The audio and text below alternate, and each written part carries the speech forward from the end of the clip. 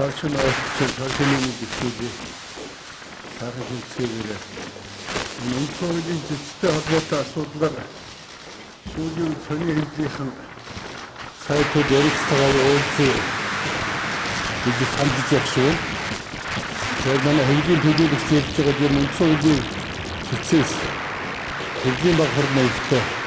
이제 한바고다 스트릭트 nonçoğun 지체 마을 소리 이들 소유도 nonçoğun 지체가 하고 도우지 없대서 타이틀도 야신 없었다고 이 타이틀 상 오래 해서 꾸치게 아소픈다 우리 스타를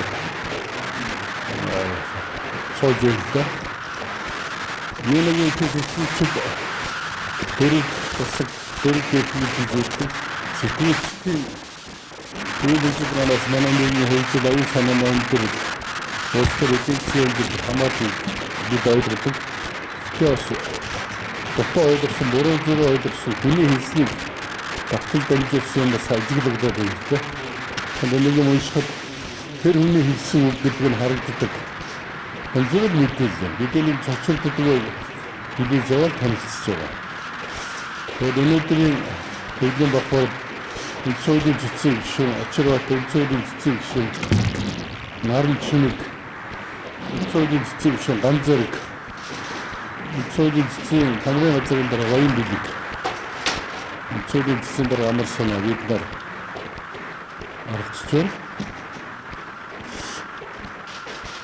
최초라고들 지친 부엌 쏟더라 이렇게들 소유된 후유들 커야 될 곳이 하늘이 장잡아가 어찌라서 소다 소태를 뜻이 없죠 야신들이 좋지 야 오늘 마시 제일들이가 소치라서 딱신에 있는 게 더 일도를 딱 적시는자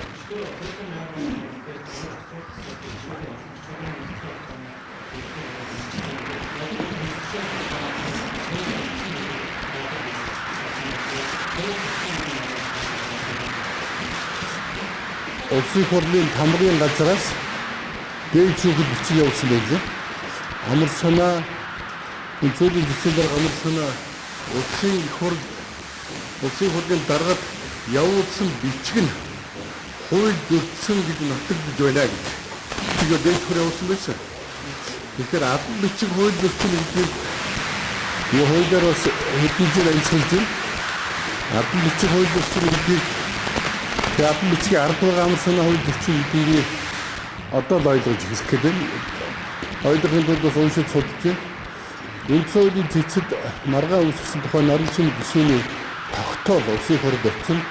닥터도 하고 또 지문이 중에서 이 걸어된다고 미치게 왔어요. 여기 배운 좀 여러 배도 인초디 지치 말가 하는 시도 가지고 내게 미쳤을 때 여머러는 우대지다가 야오도 하고 시들어가 갖고 와서 양카롭다 하면 없을 텐데 있지. 월요일에도 지치도 하고 같아. 안쓰럽다 혹성 알지도 또 이 호르도도 기자에 타고 있었을 때. 저번에 다인가 하라면 호르두고 있더라. 호르두고 착 여기다 나이는 저 고치면 놓겠다. 다인가 하라면 호르두 자를 때. 이때 자 응급해 다인가 하라면 호르두고 버두고 있더라. 다인가 하라면 호르두고 기입득. 양으로 이랬더니 되게 호이잖아.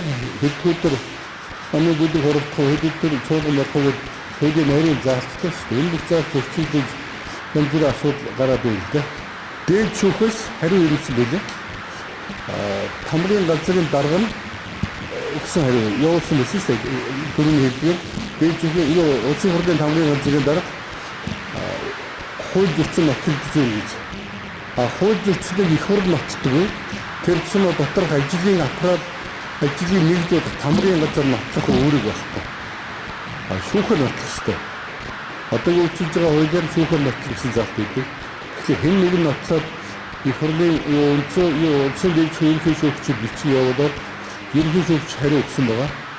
바인데 이렇게 쇼크 차이로 없다. 다들 호이드하다고 다들 이 맞서 됐으면 이 맞서 호이드하다고 시들이 차이입니다. 투닉 호이드나가 하는데 산득숨 보고 어찌더라 다른 이거는 다른 저 노래 어렵다 너무 어디다 와서 어렵다 야마라서 딜초고 야른 산들 제친다가 소들 밀도 답치지 힐체 그리고 사연 бид хуралдаа байсан учраас сая гарч ирээ сонсон завсарлага аваад ээжээс өгдөө. Ийм асуудал болж байна. Тэгэхээр улсын дээд шүүхийн саналыг уншил гэсэн нэгдүгээр асуудал байлаа. Дээд шүүх санал тавиаг юм байна. Улсын их хурлаас явуулсан бичигт хариу өгсөн байна. Тэгэхээр тэр хариугийн санаа нь бид байр суурь илэрхийлэхгүй гэсэн. Зүй нь бол хэрэв үндсүүлийн цэцгийн дарга гишүүнийг огцруулах буюу эгүүлэн татах асуудал хэлцэл үндсүүлийн дагуу цэцгийн хуулийн дагуу эхлээд үндсэн хуулийн цэцгийн эсрэг гишүүн дотроо хуралцлаа нэр дэвшүүлсэн байгууллагад уламжлаа. Манайх 3 ерөнхийлөгч, 3 улсын хурл, 3 улсын дээд шүүхний дэвшүүлдэг. Намайг улсын дээд шүүхний дэвшүүлсэн. Тэгэхээр улсын дээд шүүх рүү бичиг яваад цэцээс амар санааг эгүүлэн татах асуудлыг тавьж ийн гэдэг юм. Цэцээс тавиад тэгээд дараа нь улсын дээд шүүх 25 шүүгч үүдэг. Үндсэн хуульд улсын дээд шүүхийн ерөнхий шүүгчдээс бүрдэн хийж байгаа. Шүүхийн тухайд 25 шүүгч. Энэ 25 шүүгч хуралдаад олонхороо амар санааг эгүүлэн татах зүйтэй гэж их хурл бичиг ирнэвэл их хурл асуудал авч хэлцэх дараагийн шатны ажил эхлэх юм. Тэгэхээр их хурлаас улсын дээд шүүхийн нийт шүүгчтэй хурал болоогүй байна. Дарга нь энэ асуудлыг тийм хөндлөнгийн байдлаар тавиад хуулийнхаа дагуу шийдэх үүтэй гэсэн бичсэн. Түүнийг их хурлын улсын дээд их хурлаар өнөөдөр нэгдүгээр асуудал улсын дээд шүүхийн саналыг хэлэлцэн санал улсын дээд шүүхийн танигдуулна гэдэг ингээд дээд шүүхийн санал мэтээр асуудлыг авч ийж энэ одоо хуулийн ноцтой зөрчиж байгаа. Ерөнхийдөө сүүлийн үед тохиолдсон нэгдэл улсын хурлаас гаргаж байгаа хуулиуд сайн муу байдгийг мэддэг. Цэцтэй холбоотой алхамууд нь дандаа хууль зөрчсөн, үндсэн хууль зөрчсөн алхамууд байна. Бидний жишээлбэл хэлбэлтэйгээ батлагтайгаа хуулийг гаргалаа яваа ярьдаг гэсэн. Жишээ хэлбэл өнөөдөр цэцэн маргын ханаа шийдвэрлэх хууль ерөнхийдөө 20 тавихаар өгсөн байна. Ерөнхийдөө 5 цагийн дотор 20 тавиад хариу өгдөг. Ерөнхийдөө хоригийн хугацаа өнөөдөр 17 цаг 20 минутад дуусна. Ага 20 тавихын тодорхой болгож 6 өдрөөс эхэлж төрийн мэдээлэлд хуулийг хэвлэх ёстой. Гэтэл төрийн мэдээлэлд 25-ны өдөр хэвлэгдчихсэн. Өнөө өглөө төрийн мэдээлэл бидний гар дээр ирсэн. Нэг. За энэ төрийн мэдээлэл өнөөдөр 20-ийн хугацаа дуусаагүй шүү дээ. Одоо цаг таймер байна. 20 өдөр хоногийн өдөр хоног цагтаагаар байдаг. Тэгэхээр өнөөдрийн ерөнхийлөгчийн 20-ийн хугацаа дуусаад явахад хууль хэвлэгдсэн. Бидний хэвлэгдээгүй хуулийг нийтлэгдээгүй хуулиар асуудал хэлцээд ирэх гэж байгаа. Тэгэхээр бол хэвлэх нийтлэх асуудал олон нийтийн сонирх төрөх өөр асуудал. Шүүх хэвлэгдсэн хуулийг хэрэглэдэг асуудал. Үндсүүлийн цэцэд батлагдсан хуулийг хэрэглэдэг. Батлагдсан хуулиар маргаан үүсгэдэг. Жишээлбэл улсын хурлын дөрвөн хууль гэдэг батлагдсны дараагаар ёсчихно. Батлагдсны дараагаар 20 тавих асуудлыг ерөнхийлөгч уламжлана. Ерөнхийлөгч 5 хоногт 20 тавиаг бол батлагдсан өдрөөс хууль үүсэж эхэллээ. 19 батлсан. Ерөнхийлөгч өнөөдөр 20 тавихгүй бол маргааш эдгээр хэвлэх асуудлыг эхлэх ёстой. Олон жил тогтсон характероо гэхдээ 19 батлагдсан гэдгээр үйлчлэх. Тэгэхээр бид бол их хурлын саяны батлсан биш одоо хүчин төгөлдөр үйлчилж байгаа хуулиар маргаан үүсгэж харин маргааны хэвлэх асуудал объект нь их хурлын үндсэн цэцгийн хуульд орсон нэмэлт өөрчлөлт. Ийм юм ихний удаа хариулмаар байдаг. Юу руу явуулсан асуудалтай холбоотойгоор дээд шүүх рүү явуулсан асуудалтай холбоотойгоор уучлаарай би та нарын асуудал тохиолдсон нэг ерөнхий одоо байдлыг мэдээлээ. Яг л одоо дөрөв засаг хөлбөмбөгийн хамгийн хүчтэй одоо энэ төр дарахны төлөөлөл болсон. Энэ одоо хүчтэй одоо сэтгүүлчид мэдээллийн ингээд сонирхолтой прогрессив мэдээлэл талархаж байна. Тэгэхээр би ер нь одоо Монгол улсын үндсэн хуулийг эхнээс нь одоо өдний хүртэл нэг хэсэг боловсруулах, батлуулах, хэлэлцүүлэх энэ ажлыг зохион байгуулж явсан хүний хувьд нөгөө талаар одоо төр тэргүүлж энэ үндсэн хуулийг хэрэгжүүлэхийн төлөө ажиллаж байсан хүний хувьд сүүлд нь одоо үндсэн хуулийн манаас үндсэн хуулийн цэцгийн гишүүнээр одоо 10 гаруй жил ажилласан хүний хувьд өнөөдрийн Монгол улсад үүсэж байгаа нөхцөл байдал бас одоо сэтгэл их зовж байна. Өнөөдөр бид эдийн засгийн хямрал болоод дэлхийн нийтээр эдийн засгийн хямрал болоод Монгол одоо эдийн засгийн хямрал өртөд байна гэж ийм гээд ярьж байгаа. Бодит байдал дээр өнөөдөр Монголд төрийн хямрал үүсч мэдхээр ийм нөхцөл байдал бүрдээд байна. Монгол улсын үндсэн хууль зөрчигдөх, үндсэн хуультай улс, эрх зүй төртэй улс. Үндсэн хуулийн эрх зүйтэй одоо ийм улс гээд тэгээд тэрнийгээ дэлхийд дахин зарлцсан. Ардчилсан улс, ардчилсан үндсэн хуультай бид ардчилсан замаар явж байгаа гэдгийг үндсэн хуулийн эхний өгүүлбэр болгоод бичсэн. Тийм учраас үндсэн хуулийн аливаа зөрчил ийм болоод зөвхөн Монголын дотоодын асуудлыг дэлхий харж байгаа. Энэ монголчин өнөө ардчилсан үндсэн хуулиа биелүүлэх талаар хайшхна янзын одоо үйл ажиллагаа явагдаад байна вэ гэдгийг харж байгаа. Тийм учраас би бол одоо энэ хууль дэвшлэх, энэ үндэснийхээ эвнэгдлийг хангах, энэ дээр одоо энэ үндсэн хуулийн гол зорчин. Тэгэхээр эн чинь ардчилсан ёсыг дэвдэг. Тэгш байдаг. Энэ бүх зүйлээр үндсэн хуулиар зарлаад тунхаглаж гисэн. Үндсэн хуулийн нэг мундаг одоо заалтгүй төрийн эрх мэдлийг хууль бусаар авахар завдахыг хэрэгжүүлнэ гэсэн ийм заалт үндсэн хуулийг бий. Тэгвэл одоо бид нэр үндсэн хуулиа хууль руугаа халдаад үндсэн хуулиа зөрчөөд ийм хууль гаргаад байна. Тэр ихний хэд хууль гаргаагүйгээр одоо нөгөө хууль эрх зүйгээр нийгмийн харилцааг зохицуулах энэ харилцаа чинь үгүй болоод эрх зүй төр гэдэг нь ер нь тийм байна уу гэдгийг эргэлзээтэй болоод одоо харин дураараа авирлах цөөхөн нэг хоёр хүний шаран шиг дагаж одоо хууль савчж явах ийм аюул бидэнд одоо ажиглагдж байна. Ийм гарч ий. Тэгэхээр ер нь үндсэн хууль руу ингэж хамаа намбаагүй халдах болоод тэр хууль бус аргаар төрийн одоо эрхийг ахад хэрэглэнэ гэсэн үндсэн хуулийг тэр заахтай ноцтой одоо зөрчилдөх ийм хэлбэр гарч ий. Тэр битгий хэд үндсэн хуулийг хууль тогтоох замаар халддаг өртөж үндсэн хуулийн үйлчлэлийг саатуулдаг, сааруулдаг, зарим заалтыг зогсоодог ийм аюул одоо гардаг байна. Энэ онцлог хөвдч одоо энийг бол ийм юм гарч болцсгүй гэдэг. Одоо та нар хөвдлийнх нь мэдж байгаа. Энэ Польшид юу болж байна? Үндсэн хууль болоод үндсэн хуулийн цэцрүүгээ Польшийн юуныхаа сэнийхэн халдаад одоо тэнд бослог тэмцэл бүр гудамжинд гараад ирсэн байж байгаа. Тэгэхээр ийм юм гарах аюул байж болзошгүй гэдгээс бид нар урьдчилан сэргийлж тавхан энэ одоо ноцтой зөрчил байдлыг ардхан хэд ихэн зүйтэй тавид бол одоо энэ төлөө ажиллах ёстой гэж бодож байна. Тийм учраас ингэж одоо сонирхож энэ юу болоод байна вэ гэдгийг энэ үндсэн хуулийн байгууллагуудын хоорондын одоо энэ үйл ойлголцол бид чинь одоо энэ шүү дээ үндсэн хуулийн биелэлтийг дээд хяналт тавих тийм үүрэгтэй үндсэн хуулийн үүрэгтэй байгууллага шүү дээ энэ үндсэн хуулийн цэцгэлэгч. Тэгэхээр үндсэн хуулийг чандлан сахиулах баталгаа бол үндсэн хуулийн цэц. Энэ үндсэн хуулийн дэлгэцийг бичдэг.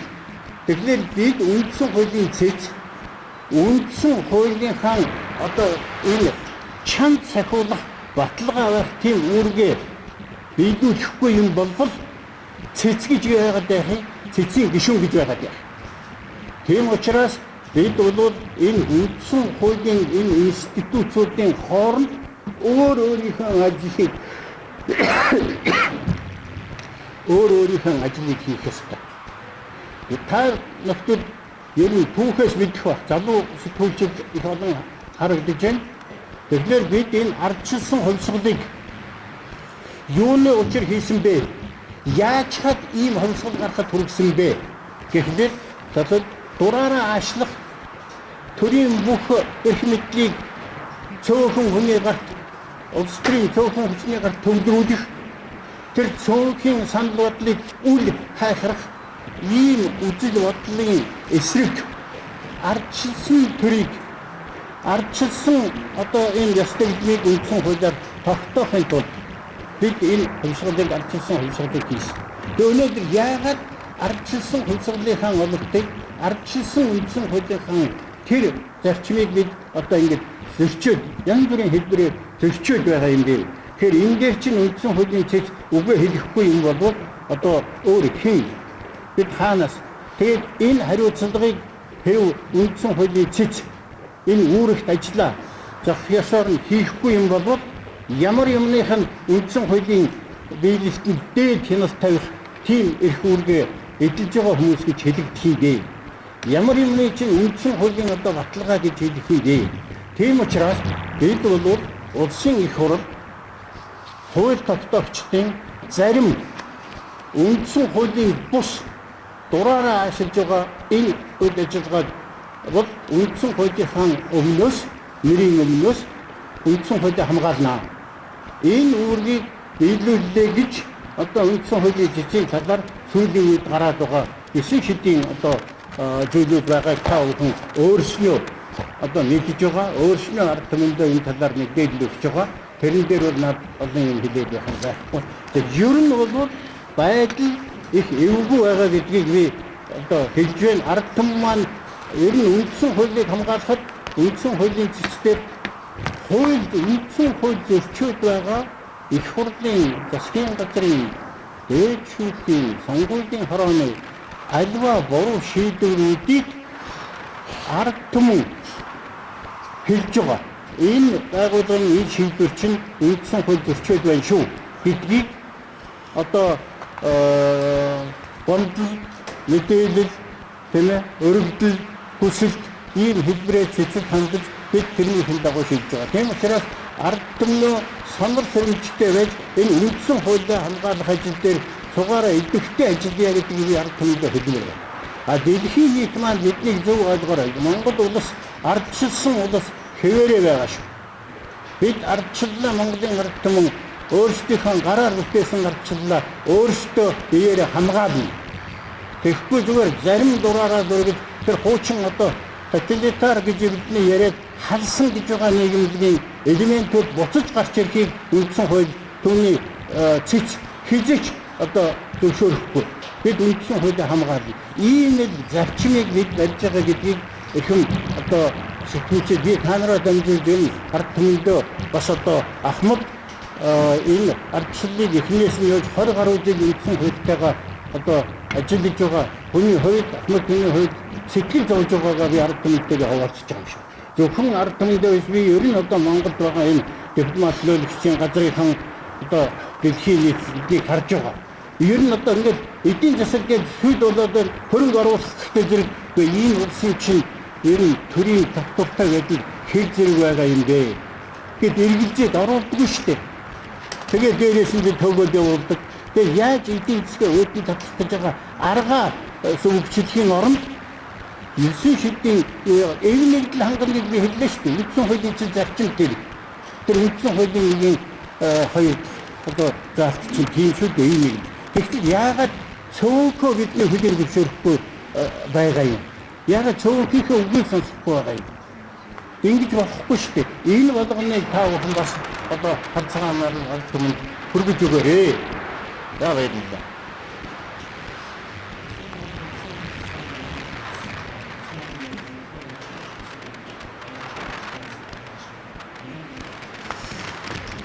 Үндсэн цэцгэлд ямар байгууллагууд тухай бас нэг тайлбар хийчихмээр байна. Дэлхийн 2-р дайны дараа нэгдсэн үндэсний байгууллага байгуулагдсан. Дэлхийн дайныг дахин өдөөхөс сэргийлж 1950-ад оноос Европод хүний эрхийг хамгаалдаг үндсэн хуулийн шүүх гэдэг байгууллага байгуулагдсан. Фашизм дахин сэргээхгүй тул 1990-ад оноос хойш Төв Аз, Зүүн Өмнөд Аз, Европын орнуудад, Төв Европын орнуудад үндсэн хуулийн шүүх гэдэг байгууллага 90-ад оноос хойш олноороо байгуулагдсан. Фашизмыг, коммунизмыг сэргээхгүй тул фашизм, коммунизм сэргээхгүй тул гэдгийг утга нь үндсэн хуулийн зэц бол үндсэн хуулийн манаач гэж ярьдаг. Энэ бол хэлбэрт байна. Үндсэн хуулийн зэцээ үндсэн ажил бол хүний эрхийг хамгаалах. Ийм хэдлэг байдаг л да. Дээрэмчин дагаажуудаас иргэдэд хамгаалахын тулд засгийн газар их хурд ажилладаг, парламент ажилладаг. Засгийн газар парламентаас хүний эрхийг хамгаалахын тулд үндсэн хуулийн шүүх байдаг. Энэ утгаараа үндсэн хуулийн шүүх байгууллага үндсэн хуулийн манаач болж ажилладаг. Улсын хурд хууль тогтоох байгууллага. Тодорхой намуудын эрх шиг илэрхийлэн, бүлгийн эрх шиг, фракцийн эрх шиг илэрхийлэн таны одоо харж байгаа нэг юм шийдвэр гаргацаараа та нар тэр намын талд шийдчихлээ гэдэг. Эсвэл нэг шийдвэр гаргахад нөгөө намын талд шийдчихлээ гэдэг. Бид аль нэг намын талд шийддэг болсоо биш. Тэгэхээр намуудын цаана сонирхол байгаа нь харагдаад байгаа үстэй. Үндсэн хуулийн цэц их хуралтай сөргөөчөлдөө маргаадаад байдаг юм байдаггүй. Ягаад гэвэл их хурлын баталсан хууль нь үндсэн хууль зөрчөөд байна гэдэг иргэд өргөдөл мэдээлэл бичдэг. Иргэдийн өргөдөл мэдээллийг бид авч хэлцдэг. Тэгэхээр ширээний нэг талд нь иргэн, нөгөө талд нь их хурл түүний итгэм зүйлсэн төлөөр суугаад хажууд нь дэрэгдэн хамт үндсэн хуулийн цэц байж байгаад тэр хоёрын хоорондын маргааныг шийдэж өгч байгаа. Энэ бол их хурлын зөв байна. Энэ бол юуны зөв байна гэдэг юм. Иргэний зөв байж гэдэг юм. Үндсэн хуулийн цэц 1992 байгуулагдсанаас хойш 2000 гаруй удаа янз бүрийн бичигдсэн. Өргөдөл мэдээлэл гэдэг юм. Зарим нь барыг сургаад ажиллаж байна. Төвчхөөдөө болов сургуулийн гэсэн чинь нэг хэсэг нь бид хамаатай байгууллагад шилжүүлдэг. Нэг хэсэг нь маргаан үүсгэхээс татгалздаг. Цөөхөн хэргийг маргаан үүсгэж. Яг голдуу бид нар чинь засгийн газрын доктор очрол төвчний эдгээр сонгуулийн ерхий хорооны шийдвэр дээлжих ерхий шүүгчийн асуудал гэдэг юм. Тэгэхээр дийлэнх нь хуультай холбоотой асуудал орж ирдэг. Одоо тэр хоёр иргэн сая хуралд оролцсон үндсэн хуулийн шүүхийн тухай хууль зөрчсөн гэж шүүх байгуулах тухай хууль зөрчсөн гэдэг асуудал тавиад сая зөрчсөн гэдэг. Тэгээд бас нэг цаг хугацааны хувьд ингээд авцаад нэг гарч ирэх юм. Тэгэхээр бусад улсын үндсэн хуулийн шүүх парламентын хоорондын харилцаанд одоо яг өөр асуудал харилцаа. Энэ бол найрсаг харилцаа, бие биендээ тусалдаг, бие биендээ хоолоор үйлчлдэг газар биш. Энэ бол сөргөлдөөн шинжтэй, баян биеийг чичирхийлсэн шинжтэй байдаг. Энийг 2200 жилийн өмнө Францын хэдүүлэн Монтеске дараа нь Кант гэж хэлдэг юм уу? Феодлуудаа тэмцэхтэй бодож авсан. Юу гэвэл төр гэж нэг юм бай. Хүний эсрэг тийм ээ? Нэг юм бай. Гэхдээ нэг юм ингээд 2 3 хуваачий гэж. Нэг төр оловч ингээ хууль тогтоох үүсэх шүүхэлд болцвол бие биендээ хяналттай болцоотой гэж. Тэр зарчмаар өнөөдөр үндсэн хууль батлагдаад шүүх, дээд шүүх, цэц шүүхүүд улсын хурд засгийн газар хяндаг болж штэ. Хянана гэдэг чинь яаж дуртай байх юм бэ, тийм ээ? Тэр нэг Оазын ресторан мэрэгжлийн хяналттай газрыг ороод ирэхэд алдар ташаа тогтдоггүй гэдэг бол нэг л юм болдог байдаг. Тэгэхээр ийм сөргөлдөөд чичирхийлсэн шинжтэй харилцаа байдаг. Энийг нийтэд уншигдахаараа энэ хоорондоо маргалдаад сөргөлдөөд байгаа юм шиг бид их хурлыг зүгээр ахна хатгаж илүүд байдаг юм байдаг. Зүгээр иргэдийн өгсөн мэдээлэл өөрийн гомдлын дагуу асуудал шийддэг. Нөгөө талд их хурл бол янз бүр яриах зүйлж ийм. Тухайлбал үндсэн хуульд цэцэн гишүүн 6 жилээр томилогдох байж байгаа. 6. Өөр заалт байхгүй. Очроо төвшөөний хэлдгээр үндсэн хуулийг орчуулсан байна шүү дээ. Цэцэн хууль өөрчлөлт оруулахдаа дахин нэг л удаа 6 байж болно. Тэгэхээр үндсэн хуулийг засварлаж шүү дээ. Үндсэн хууль 4 жилийг дахин нэг удаа 4 байж болно гэж ерөнхийлөгчийн тухай заасан байна. Их хурл засгийн газар орон нутгийн хурлыг бол 4 гэж тодорхой заасан. Тэгэхээр энэ тодорхой заалтуудыг одоо орчуул гэдэг нь их хурл өөр юм хийж штэ. Жишээлбэл их хурлын хуулиар, дэгийн хуулиар, хуучин их хурлын хуулиар цэцэг гишүүнийг очиж асуудаг байсан. Сүүлдээ 2000 онд хуульд өөрчлөлт оруулаад ямар юм болсон гэвэл их хурл дээр цэцгийн дарга эзгүүд нь орлогчд очиж асуудаг. Тэгвэл эхлээд байнгын хооронд асуудаг. Дараа нь их хурлын чуулган дээр асуудаг. Шүүх эрх мэдлийн байгууллагын дүгнэлт гаргахаа яагаад дүгнэлт гаргасан? Одоо энэ хуулийн өөрчлөлтөөр тэр гаргасан дүгнэлтийн шийдвэрийн цэцэн шийдвэрийн үндэслэл нь юу юм? Энээс бол ямар үр дагавар гарахыг гэдэг одоо асууна гэж юм л да. Тэгэхээр шүүгдэг үйлчил маргаан үсгээ хийж байгаа учраас одоо байцаагд ийм учиртай нөгөөдөө асуух гэж шүү дээ. Тэгээд цэцгийн шийдвэрийг хүчингүй болгосон юм дахиад шинжилсэн. Шинээр гаргацсан. Тэгэхээр өнөө цэцгийн хууль гэдэг цэцээр нэгэд хүчингүй болгосон юм сэргээвэл цэц дахиад их суулгаар шууд хилцдэг. Иргэд бас мэдээлэл бичсэн хэлцэх гээд маргаан үүсчихэд байж л юм л да. Тэгэхээр энэ бол төрийн байгууллагуудын хоорондын харилцаанд явандаа нэг цаанаас хүмүүсийн хатгаад үлхээ гэдэг юм юу гэдэг ингээд цэцрүү довтсон дайрсан гошуухан өөрчлөлийн халын үгэндээ оруулъя. Үгэндээ ухаанд би өнөөдрийн хурлыг энэ бүрний цаадлаас таны хурлаа хойшлуулчихлаа гэж ярьж штэ. Яг зөв шүүхрүү манай байгууллага ягаад хурлаа хойшлуулах хэвтэй? Үгэн тэр өдөө хойшлуулсан штэ гэдэг удаа. 21 хоногор хойшлуулсан. Тэгэхээр дахиад хойшлуулна гэдэг нь ухаанд өнөөдөр өглөө даргын зөвлөл хилцчихээд бушуухан цэцгийн асуудлыг хилцэх намайг хилцэх хоорондоо даргагүй очиход эдгээр нэг хэсэгтээ амар сайхандаа жаахан гэдэг юм ийм тооцоолоод яваад байна шүү дээ. Тэгэхээр бид бол төлөвлөсөн хугацаанд хурлаа хийсэн. Тэгээд энэ бол сүргэлдэх маягтай харагдаж байгаа нэг талаар нөгөө талаар ингээд зохион байгуулалтайгаар зориудаар ингээд үндсүүдийн цэцгэдэг байгууллагыг байгуулах байх талаар юм хийж. Жишээлбэл Назарбаяу үндсүүдийн шүүх байгууллагуудаа дараа нь зөвлөл болгосон. Зөвлөл гэдэг нь зөвлөмжөд гаргадаг систем. Францын загвар. Дараа нь Киргиз Атамбаева гэж төр ерөнхийлөгч гарч ирэнгүүтээ үндсэн хуулийн шүүхөд татан буулгаад дээд шүүхийн танхим болгоцсон. Сая Польш жигтэй юм билээ шүү дээ. Үндсэн хуулийн шүүгчийг сахилгын талаар ерөнхийлөгч болон хууль зүйн сайд сахилгын маргаа үүсгэн. Заавал 11 жилдээ байж хурд бүрэлдэж гэдэг юм. Одоо үндсэн хуулийн шүүхөд тийм дарамтсан шийдвэр гаргаад төшөөний хэлдгээр тэр ард түмэнд тэрийг хамгаалаад парламенттайгаа нийлээд асуудал үүсгэж явуулсан. Энэ асуудал түрүүн гаргасан.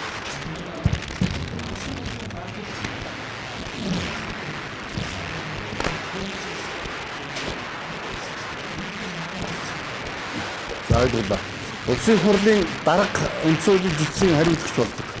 Улсын хурлын дарга өмнөх даргын хувьд гэсэн асуудал болж ирсэн. Энэ даргын хөтөлбөр анх сонгогдох өдрөөс эхэлж энэ үнэтэй холбоотой маргаа орж ирсэн. Их хурлын дарга их бол хууль бусаар үндсэн хууль зөрчил сонгогдлоо гэж. Өмнөх даргууд бол ажлын явцад ихнээс энэ өмнө эхнээс энэ үнэтэй холбоотой хэд хэдэн маргаа ирсэн. Бид цэвэр их зүйн шийдвэр гаргадаг. Гэхдээ сорны эдгээр тогтвортой хадасаа бас нэг юм хүлээлттэй ханддаг. Энэ их олон татгалтай байна. Сая бол иргэн мэдээлэл гаргасан. Гэхдээ бид иргэний мэдээллийг бол та нар манай дөрвөлтийн мэдээллийг мэдж байгаа. Юу гэдэг? Хавсаргад иргэний үнэлтийг хавсаргадаг. Монгол улсын иргэн талаас. Тэгэхээр бол аялал намын эсэл байл гэдгийг юу сонирхолтой. Тэр хаанаас хэн орж ирж байгаа юм гэдэг нь юу вэ? Сонирхол. Гол сая өнгөрсөн 7 хоногт парламентын бус намууд гэж хүмүүс орж ирээд хэлсэн ба орж ирж юм те. Бид тэр намын хувьд хэлсэн зүгээр бишнийхэн иргэний хувьд өмнөхийн үзэл хуулж аваад хэлчихсэн зүйл. Энэ их хурлын дарга үндсөөр зөрчсөн гэдгээр манай иргэн хандсан мэдээлэл хийсэн тэрний дагуу юм чи маргаа үүсгэсэн. Тэгэхээр одоо зөрчил хэсэг нь хэзээ шийдэх юм бэ? Гэхдээ маргаа үүсгэхэд бол ямар онцлогтой вэ? Чуул их суулаар хийцдэг нэгдүгээр. Хоёрдугаар маргаа үүсгэлээ зөрчил гэж үзвэл авторуудын зүйлийг шийдэл гаргадаг. Зөрчил. Дараа нь тэрийг их хурл очиод тэр дүгнэлтийг хараад авторууд нь чөлөөлөхгүй байх уу, зөрчөөгүй гэж чинь тэдний асуудал.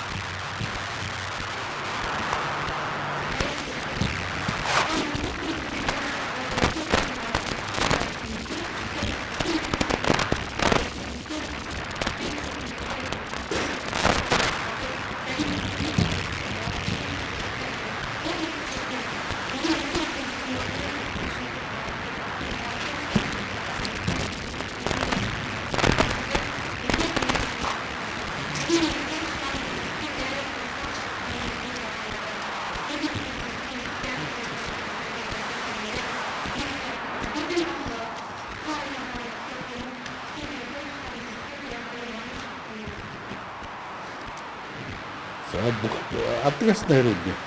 Ярихвэр чинь нам гэдэгтэй л харилцдаг. Одоо нам гэдэг чинь олон болсон өөрийн сонирхолоор ажил хийж байгаа л үү. Бидний хооронд асуудал байхгүй. Эхнэр миний шав, өөрөө миний шавь яаргаар бидний ангид хичээл орж ирсэн. Тэр бол надад гэрээтэй сони асуудал биш. Энэ төрийн институтын харилцааны асуудал гэж шүү дээ. Тэгэхээр хов хүний хооронд хийж сонирхол харилцаа өөртөө зээлтэй ч гэдэг юм хоорондоо байрлаж ялагдсан ямар нэгэн байхгүй. Энэ бол төрийн албан байж. Энэ Улсын хурлын тамгын газраас Улсын дэд зүгийн ерөнхий зөвлөлтөд өнцөгийн зэцэн гишүүний талаар гээд ирүүлсэн ерөнхий мэргэжлийн даргын болдоотгийн бичгийг байжсан л дээ. Амар санаа албан бичгтэй гэсэн байна. Амар санааг Улсын өнцөгийн зэцэн зөвлөлтөнд авах саналтай байна. Саналаа илэрхийлсэн баггүй. Тэгчээд эргээд өнөөдрийн нэгдүгээр асуудал бол яарчтад оролдог нь дээд чухал ирсэн саналыг хийгдсэн саналын дагуу тэр байнда хорооны дарга Хамбатын хэлсэн тийм л байх гэдэг. За их хурлын ерөнхий бичгийн бичиг явуулсан юм байж. Ерөнхий бичиг нэгдүгээр төрийн тэргүүнцний ээлжийн зөвлөлийн дарга Монгол улсыг илгэн тохиолгож улс төрийн арбитр гэсэн. Бүгдийг мэдээж ажиглаж анализ хийж явах хэрэгтэй. Тийм хоёрдугаар ерөнхий бичиг цэцэн 3 гишүүнийг санал болгодог. Гуравдугаар шүүх эрх мэдлийн шимтгэлийн хүрээнд ерөнхийдөө цэцэн 2 хоёрыг улсын хурлд өргөн барьсан. Нэгийг шийдсэн байрлалгаа болоод нэмэлт өөрчлөлт оруулахыг татаад авсан, нэгийг цэцэн маргаан хэмнэх шийдвэрлэх хөл явж байгаа. Өнгөрсөн хаврын чуулганаар хэлцгсэн шийдсэн намрын чуулганы 13 дугаар асуудал ерөнхийлөгчийн төсөл бүтнээр явж байгаа. 13-ыг алгасаж бусад хуулийг хэлцсэн мөртлөө өөр хуулийг цэцэнийг оруулсан жижиг сажиг хуулийг хэлцээд өгч байгаа байхгүй. Төрийн тэргүүнтэй хууль санаач хүндэтгэлтэй ханддаг шүү дээ. Тэгэхээр юм боцсон. Тэгэхээр ерөнхийлөгч дийдсэн зүйлийг хамгийн адгийн нь шилдэг. Үндсэн хууль талдан ардчлалын үнэт зүйлсийг үгүй хийх оролдож хүний эдийн зөрчил хүргэж байгаа. Улсын хурл түүний удирдлага зарим гишүүний энэхүү үйлдэлийг анхааралтай авч үндсэн хууль ёсыг бэхжүүлэхийн төлөө анхаарал ажиллахад ханд үгээр уламжилж байна. Төрийн тэргүүнтэй хандж шүү дээ. Тааны анхаарал авч ийм үгүй. Жишээлбэл бид сая цагдаа тагнууд бас асуулт тавьсан. Жишээлбэл та нар харж байгаа хүмүүсийн дэлгүүрүүдээр том дэлгүүрүүд очиж машиныг хонхон бааж гэн хаалганд шилэрчт навчулж гэн дэлгүүрүүдээр тавьж гэн сонгийн модон тавьж гэн шинэ хөдөлгөөн гэдэг байгууллага үндсөлийн цэцээс болж энэ юуны асуудал болох байлаа. Ипотек асуудал болох байлаа. Тэр хорооныхан та нар тэмцэцгээ бид улс төрж ийн гэдэг бүр өгүүлэн тийг дуусч байгаа юм да. Тэр нь улсын бүртгэлийн газараас асуух тийм байгууллага байхгүй. Тэгэхээр дүнжлээ илгүүдийн ард түмнийг төрхиж штэ. Бид цэцгийн гэр хороолол ипотек асуудлаар тэдний төлөө нэмж байгаа байхгүй. Хин тэднийг төрхиж ийнвэл 16% компани. Монголын банкны холбоо гэдэг олон нийтийн байгууллага байгуулчаад тэр байгууллага хийж штэ. Тэр банкны холбоо бол нөлөөтэй банкуд бусдыгаа удирддаг, гаднаас зээл аваад бусдаа өгдөг.